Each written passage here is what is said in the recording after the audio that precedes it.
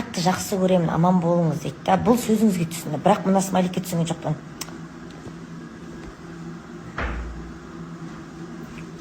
Деген ба, қалай ол сонда ол? Мына тіл не үшін мына тіл? Қасқа.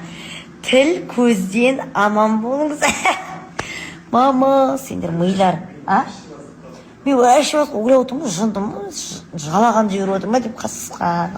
Тіл көзден аман болыңыз деген екен, ол жақсы көремін, сізді сүйдім деген. Иә. Қауат екен білдіңдер ғой. Енді дем алмаңдар, дұшат етпеңдер маған қарай. Нервыма тимеңдер. Нервыма тиіп тұрды сәл-пәл.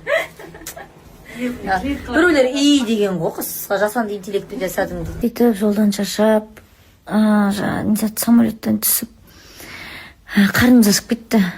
Хадидің да мен де аяғым ауыр болғасын екеуміз тамақ жегіміз келіп. Онымен Жадыр апаны алып кетейік деп, Жадыр апаны да үйіне алып кетіп, Мерабаға барып тамақ жеп алдық жап-жағын. Сөйтіп, енді үйге келіп жатырмыз. Демалайын деп жатырмын. Надеюсь, ертеңге нормально ұйықтаймын қазір да. Тағы да таңғы 7-ге дейін жындардан құсап жатпай. Түнде Айтол ағам ұстап атқаны бар, терлейтінім бар, сәл-пәл кішкене. Іште деген бала деген дүңкілдеп кетеді, түнде қаттандай гиперактивный болыпты.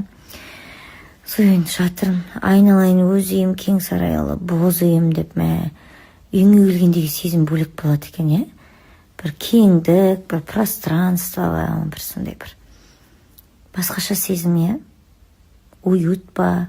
Неге тамаға келіп айлығын беру керек пе дейді. Маған мына сұрақ деген толассыз жауап берген сайын келе береді екен. Жалпы келін ол үйге келін болып барды, яғни келіндік үйдің қызметін, яғни ас үйдің қызметін жасау үшін барды. Үйдің қызметін, түздің емес. Түздің қызметі жалпы шариғатта да ер адамның мойнына міндеттелген. Ер адам жаңағыдай әйелін киіндіруге, бала шағасын қамтамасыз етуге, ата-анасының разылығын алуға міндетті делінген. Ал келін бала деген үйге ақша әкеліп, ақшаны да беру қажет, тамақты да беру қажет, бәрінің қас-қабағына да қарау қажет, ол ауырмау қажет, ол таңертеңнен кешке дейін робот қылып пағат ету қажет деген жоқ. Просто біздің кейбір санасыз, саналары өте төмен самас енелер бар. Жаңағыдай келінге бір еңбек сіңгендей, соны универге оқытып, бір кәдімгідей маңдай тері бір соған сіңгендей айлығын сұрайтын. Ондайлар надан енелер деп айту керек, ол артық болды. Мен мысалға бермес едім. Сұрайтын болса кет деймін, не еңбегің сең деймін. Келін үйге тамаға кетіп жатқан кезде что осы ақтап алады сияқты деп сөйтіп бара тұрдым да, өзім де ақтап алады сияқты осы жолда, потому что каждый раз барған сайын ана кімде де мерекенің кезінде де косметика саттық қой, сол кезде де алмат алды. Сосын ана соңғы затқа интим гель саттық қой, сол кезде де алмат алды да. Алматы активный да, алматының заттар адамдар уже үйренген болып тұр да. Товарды сразу сатып алып не істей береді да, қатыса береді да. И осы жолқысында анау қаяқтың ақтау деген кезде әбет деген жүрегім сезді ғой енді. Екі қабаттық бір қонып жатқан шығар мүмкін да. Жоқ, қонбаса да жалпы Аллах тағаланың айтады, 3 адам дұғасы қабыл болады. Жоқ, баратқан кезде өзім де что-то ақтап алады сияқты. Шын ниеттен кетсің болады деп та, ақтап алады сияқты бір бүйтсе. Бір адамда бір интуиция бір не болады ғой.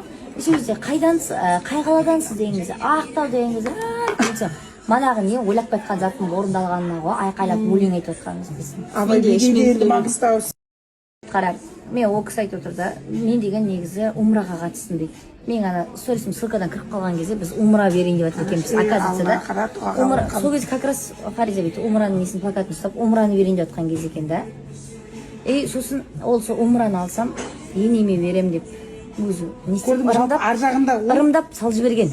Сөйтіп енеме берем деп, үшінші ана екі түрлі бокс ұсындық қой, соны 35.900 боксын алады, 35.900, 4 подгузник, 4 зат бар ғой, салфетка бар ғой, соны алады, именно сол боксты алды да.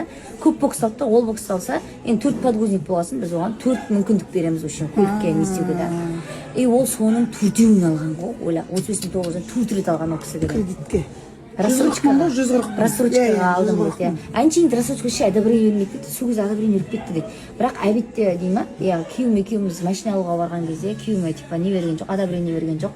Күйеуім настроениесі жұмысқа кетіп қалып еді. Сосын кешке енем екеуміз әңгіме айтып отырып, бір Матиз болса да алып алайықшы деп айтып отыр едім дейді да. Матиз болса алайықшы алып отыр едім. Мына эфирді көріп қалып, кіріп қалдым, умраны көріп қалдым. Енемді жіберейінші деген оймен жібере салдым. Сен машина жаттың деген кезде жылап ана жерде